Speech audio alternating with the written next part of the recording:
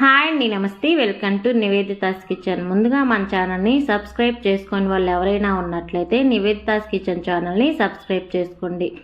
మరి ఈరోజు ఈ వీడియోలో మంచి హెల్దీ లడ్డు రెసిపీ చూపించబోతున్నానండి. అదే డ్రై ఫ్రూట్ లడ్డు. పంచదార లేకుండా ఎలా చేయాలో చూపించబోతున్నాను. ముందుగా స్టవ్ ఆన్ చేసి ఒక ప్యాన్ పెట్టేసుకొని అందులో 1 టేబుల్ స్పూన్ నెయ్యి వేసుకోవాలి.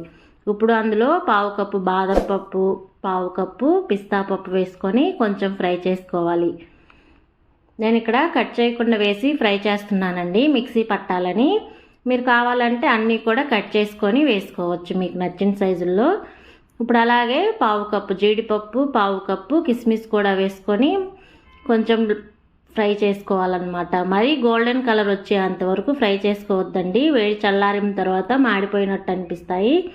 ఇక్కడ నేను చూపించే విధంగా ఫ్రై చేసుకుంటే సరిపోతుంది. ఇలా ఫ్రై చేసుకున్న తర్వాత స్టవ్ ఆఫ్ చేసేసి వేడి చల్లారనిద్దాము. ఇలా వేడి చల్లారిన తర్వాత వీటిని మిక్సీలో పౌడర్ లాగా మిక్సీ పట్టేసుకుందాం. ఇప్పుడు ఒక మిక్సీ జార్ తీసుకొని మనం ఫ్రై చేసుకున్నాం కదా, ఫ్రై చేసుకున్నటువంటి డ్రై ఫ్రూట్స్ని వేసుకోవాలి. వీటిని నేనైతే మరీ పౌడర్ లాగా పట్టేయట్లేదండి, కచ్చా పచ్చాగా పట్టేస్తున్నాను. అలా అయితే పిల్లలు పడేయకుండా చక్కగా అన్నీ కూడా తినేస్తారని చెప్పేసి నేను ఇలా పౌడర్ పట్టేస్తాను. ఇప్పుడు ఇందులోనే 1 కప్పు ఖర్జూరం ఉంటుంది కదా, డేట్స్, అవి వేసుకోవాలి. వాటిని వేసుకొని మిక్సీ పట్టేసుకోవాలి.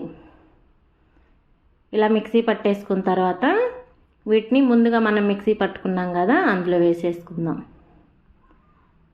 ఇలా మొత్తం వేసేసుకున్న తర్వాత మొత్తం కూడా బాగా కలిసేటట్టు బాగా కలుపుకోవాలండి. ఈ లడ్డుని ప్రెగ్నెన్సీగా ఉండే వాళ్ళు ఎవరైనా, చిన్నపిల్లలైనా ఎవరైనా రోజుకొక లడ్డు తిన్నా సరే చాలా హెల్తీగా ఉండొచ్చండి. ఇలా మొత్తం కలుపుకున్న తర్వాత ఇలా లడ్లు చుట్టేసుకుంటే సరిపోతుంది. ఇలా ప్రిపేర్ చేసుకున్నటువంటి లడ్డుల్ని వారం వరకు స్టోర్ చేసుకొని హ్యాపీగా తినేయచ్చండి. మరి మీరు కూడా మీ ఇంట్లో ట్రై చేసి ఎలా వచ్చిందో కామెంట్ సెక్షన్లో తెలియచేయండి. ఈ వీడియో కానీ నచ్చినట్లయితే లైక్ చేయండి, మీ ఫ్రెండ్స్కి, రిలేటివ్కి షేర్ చేయండి. నివేదితాస్ కిచెన్ ఛానల్ని సబ్స్క్రైబ్ చేసుకోండి. అలాగే పక్కనే ఉన్నటువంటి గంటని కొట్టేయండి మరి.